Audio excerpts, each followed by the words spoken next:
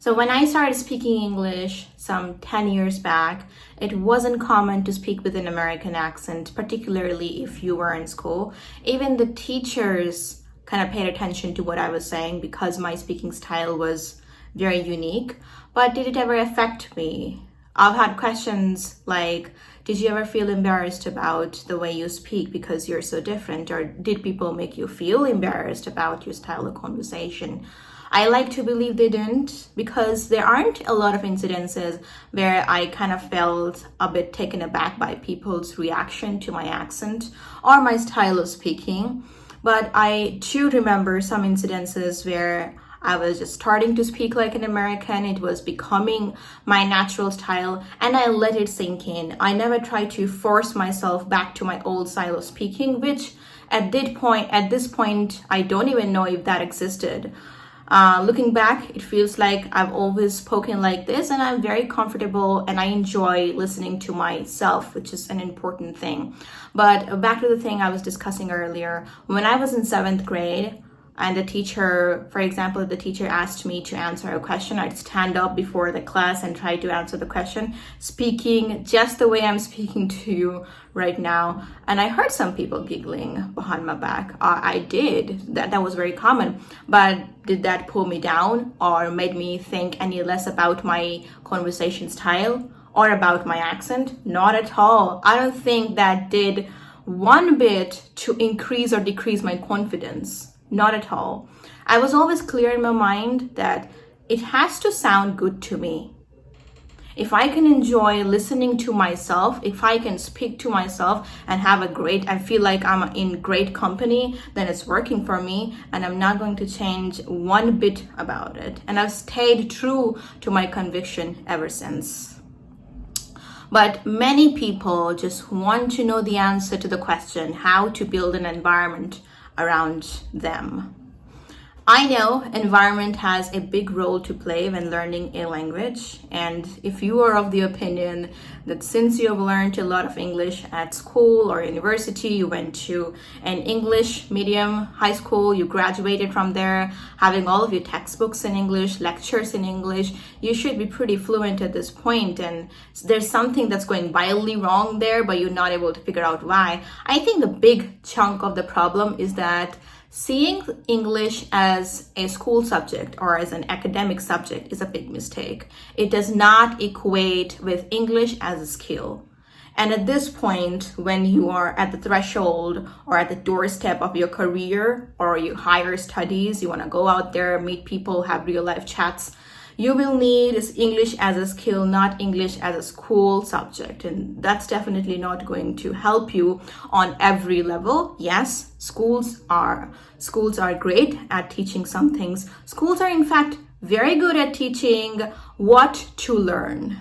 They'll tell you a whole list of things that are important to learn. The topics, the subjects, it's all laid out there. For example, they need you to learn math, science, social sciences, and also languages as a subject, which I think is part of the problem. Now, the education system in most of the countries are virtually the same, wherein you are only taught what to learn and by what deadline to complete learning and to take tests, and you're never actually put into real life situations where you can practice your language and tend to become more comfortable with it. As opposed to that, in the American schooling system, the things are a little bit different. For example, if you go to an American school, a public school, you're learning a second language, which is usually Spanish or French, you will be sent into real life situations and made to have conversations. For example, talking to a Starbucks staffer and asking for coffee, or talking to a shopkeeper at a mini mart. And there, you'd not be shamed for being a beginner at Spanish. I remember a few years back, like 2-3 years back, when I was a beginner at Spanish, and I just started learning. I had only done it for, 15, 16 days. And I started doing it with my student turned friend turned teacher, with who I happen to have started a podcast recently. I'll link you down. Do check out the podcast. It's very fun. You'll see a different side of me, and it's very good to pull some practice. So she was teaching me, and I had this student only in 6th grade, and he was also learning Spanish in his American public school, and he was doing excellently. Within 3 to 4 months, he jumped up a level. And I was still the beginner that I was 3, 4 months back, which made me question the whole system that I was a part of, the whole environment that I was in. And obviously, I came down to 2 points: not being able to stay consistent, which I knew was a big problem and which only I could help myself with. Number 2 was the only time I spoke in Spanish was with my teacher. And that was like an hour-long lesson, sometimes like 2-hour-long lesson, but that wasn't enough. As opposed to that, the 6th grade kid studying at a Texas public school was getting so much more opportunities to speak in the language. And again, although he did not have anybody to speak the language around his neighborhood, I guess. Maybe like he had a friend or two, but they didn't speak in Spanish, that is for sure. His parents did not speak Spanish, his siblings did not speak Spanish, his people in the neighborhood, I don't think he was very friendly with all of them, but he didn't have a damn opportunity to practice his Spanish outside of school. That was the only time school time was the only time he was practicing his Spanish, and for me it was lesson time. But still, there was a chasm of a difference between the two of us. And the thing creating that chasm of a difference was that he was made to practice the language in real life situations, whereas with me, I'd only practice my Spanish like in the classroom style. My teacher, because I was a beginner, she'd give me some lessons and she made it very like beginner friendly. She'd asked me to practice some things and we did some role play stuff and all of that. But there is still a difference between practicing with your teacher and imagining that she's a shopkeeper and practicing your Spanish with a real shopkeeper, wherein like your whole nervous system reacts to these two situations very differently. Speaking in front of a real person who you know is a native speaker or is an excellent speaker of the language can literally unnerve you. And if you're able to overcome that, then there's a lot of success for you to get out there. So here's the deal. I am not going to make any lofty promises about helping you speak great Spanish or any other language and having you create an environment, but I do happen to be an English teacher. And as I'm getting deeper and deeper into my career, I am gradually coming to an understanding that there are some golden rules to learning English which help everybody. I am saying this after having helped students from around the world, and I've helped so many people just get to the goal and do it faster. First things first, environment does matter. And I'm not going to contradict that point by any chance.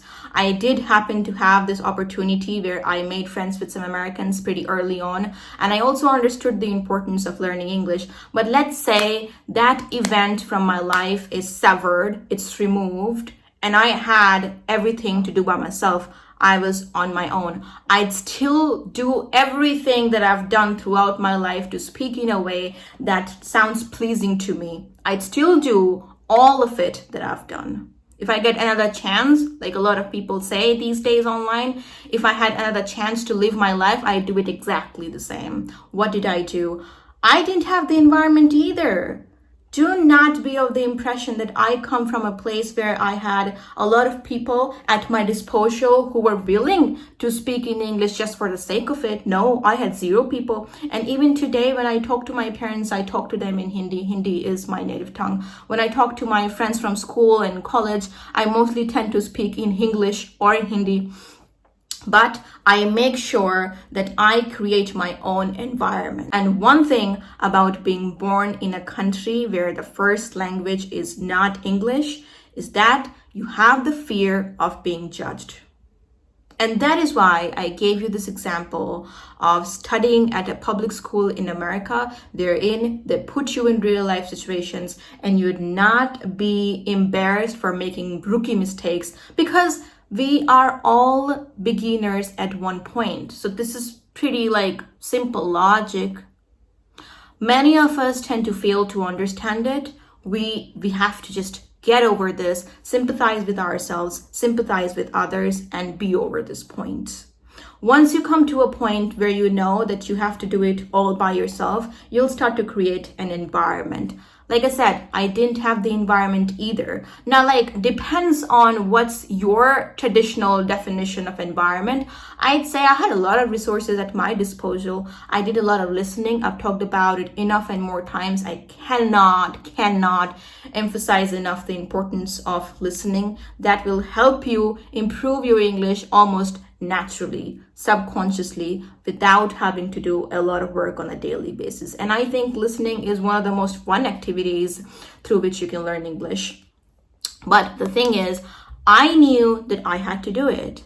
And I never thought that somewhere down the line I'll be making a video on this and then I'll have to kind of pick apart the main points that are going to help me make this video, make you understand the things that I went through to come to a stage where I speak English comfortably. I was doing everything subconsciously, without thinking. I started doing a bunch of things without planning ahead, and that kind of worked for me. It was all fruitful at the end. I'd speak to myself. I'd speak to anybody who was ready to speak to me at school, at social gatherings. Like I said, not a lot of people willing to talk in English in my city. But then I had my dad's friends sometimes, and my mom's friends sometimes, and my cousins sometimes, and other times when I had absolutely no one, not a single soul, I'd make friends with myself. I'd make friends with myself. I'd become my own speaking buddy. I've done this thing a lot. And one fun fact about it is that I started speaking to myself like I'm speaking right now to the camera. I can talk to myself like this for hours and with the same pitch, the same voice, the same kind of vocabulary, and the same kind of fun. In 7th grade, when I started speaking to myself, I remember that I got a lot of eyeballs for that, which was not so comfortable. Returning from my tuition classes in 7th grade, I saw my neighbors watching me talk to myself like a weird person. To them, I was a total weirdo, and some might have even thought that I'm a retard or something. They never came up and said that to me. Had they said it, it wouldn't have made any difference. Not like it would have shattered me or something, or changed my mind or changed my course of life. Nothing like that. But good thing, obviously, they did not come up, so I was saved of the headache.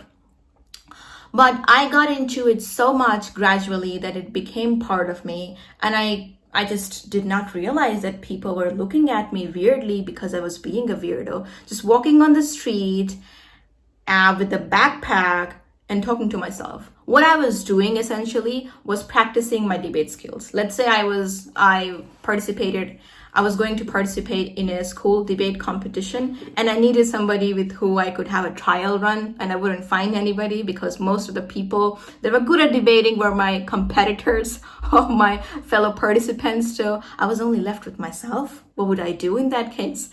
I'd speak to myself. I'd be two people and see if I was able to make some good arguments and see if I was able to speak spontaneously or not. It started like that, preparing for some competitions and stuff like that, and it's continued ever since, and it's helped me a lot. So my point here is that don't leave any opportunity where you see a chance of speaking in English. Grab each and every opportunity, because if you think you've been learning English a long time, and I'm saying learning English, not speaking English, and only now you're starting to speak English, you might be in the bubble thinking that I'm going to be great at conversations because I've been part of the process for so long. But let me tell you a quick fact. It is not always so. Maybe not. You gotta test yourself. And the best way to just keep your English skills at its toes is to test yourself every single day. Don't leave an opportunity where you can say, hi, hello, how are you? Fine, great. Whatever it is, pull off some small talks, even if it is on text. Don't leave any opportunities. And if you have absolutely no one around you to practice English with, then become your own friend and start practicing. And think less about perfectionism. There is an amazing video that I made some time back. I'll link you down, where I talk about what it takes to be fluent versus what it takes to be bothered about perfectionism. So it's a great video if you want to start becoming fluent already. Just 2 points in this video. If environment is not something that you already have or not something that you were born in, you've got to create one for yourself. There's 2 ways you can do it. You either start grabbing all opportunities where you can speak English, test yourself. Don't let yourself off the hook. It is going to be challenging, but you know what? If you don't do it, it's going to be even more challenging. So the former is a better option. And if you don't have anybody, then you gotta start speaking to yourself. It can be a bit weird. Back then, we didn't have these. Even if we did, these were not accessible to me. I did not have a pair at home. But now when you talk to yourself, when you're walking your dog or when you're jogging in the morning or just doing whatever outside or inside, you can put this on and just feign a telephone conversation. Just feign a phone chat. And people wouldn't even think that you're weird. People thought that I was weird, didn't care, not really. But if you want to save yourself of the tension again, then put these on and start talking to yourself. I hope you learned something valuable from this video, and I know you are going to show your love and support by dropping some likes, comments, and subscribing to my channel. Just know that it does make me happy and motivates me to continue doing this.